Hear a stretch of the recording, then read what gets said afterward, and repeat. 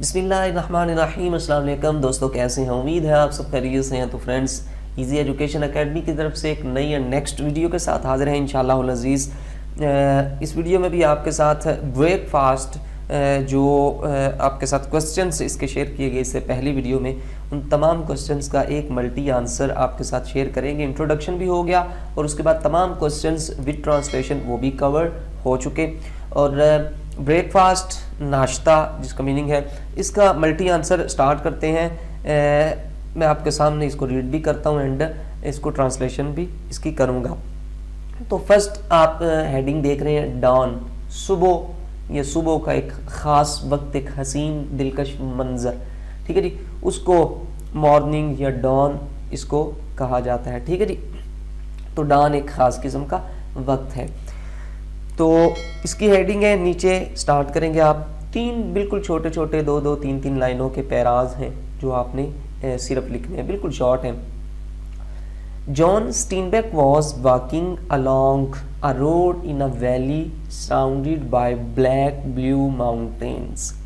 جان اسٹینبیک کالے اور نیلے پہاڑوں میں سراؤنڈڈ گھری ہوئی ایک وادی میں سڑک کے ساتھ ساتھ چل رہا تھا۔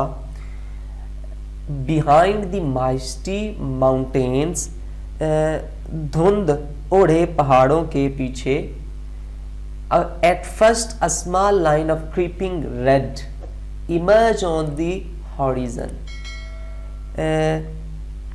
آسمان پر سرخ رنگ کی ایک رینگتی ہوئی لکیر ابھری، ٹھیک ہے جی، جو which quickly as soon as expanded the blackish grey night and series of blows the hunter of the east triggered the rosy fingered down۔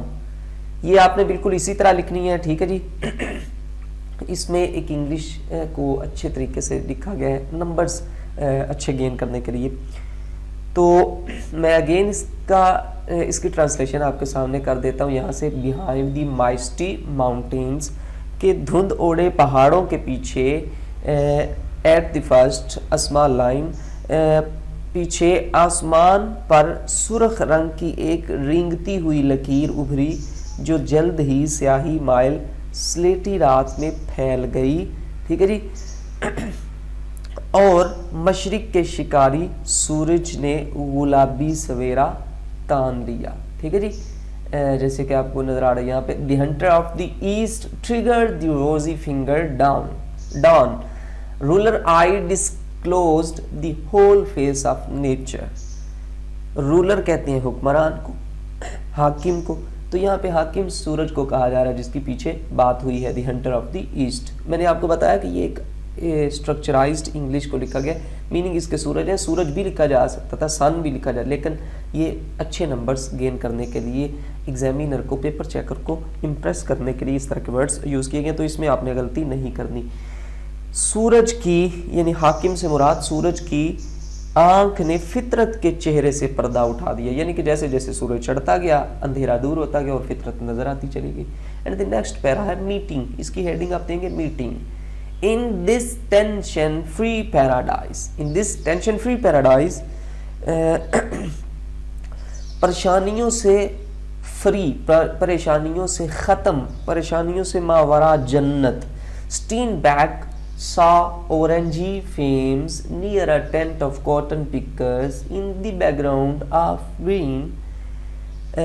Steinbeck جو کہ رائٹر ہے، مصنف ہے، اس نے روئی چننے والوں کے خیمے کے پیچھے پریشانیوں سے ماورا جنت کے سبزے میں سرخ شعلے دیکھے۔ اورنجی فیمز، اورنج کس کو کہتے ہیں، وہاں سے ہی فیمز کہتے ہیں شعلوں کو، تو سرخ شعلے اس نے دیکھے۔ آؤٹ آف 4 ممبرز، 4 افراد خانہ میں سے، a young lady was preparing breakfast، ایک عورت جو ہے، ایک جوان عورت صبح کا ناشتہ تیار کر رہی تھی۔ she was holding a baby under her clothes who was feeding at her breast، اور وہ اپنی قمیض میں، اپنے کپڑوں میں، اپنی قمیض کے نیچے ایک بچے کو اٹھائے ہوئے تھی جو اس کی چھاتی سے دودھ پی رہا تھا۔ Steinbeck enjoyed not only the vital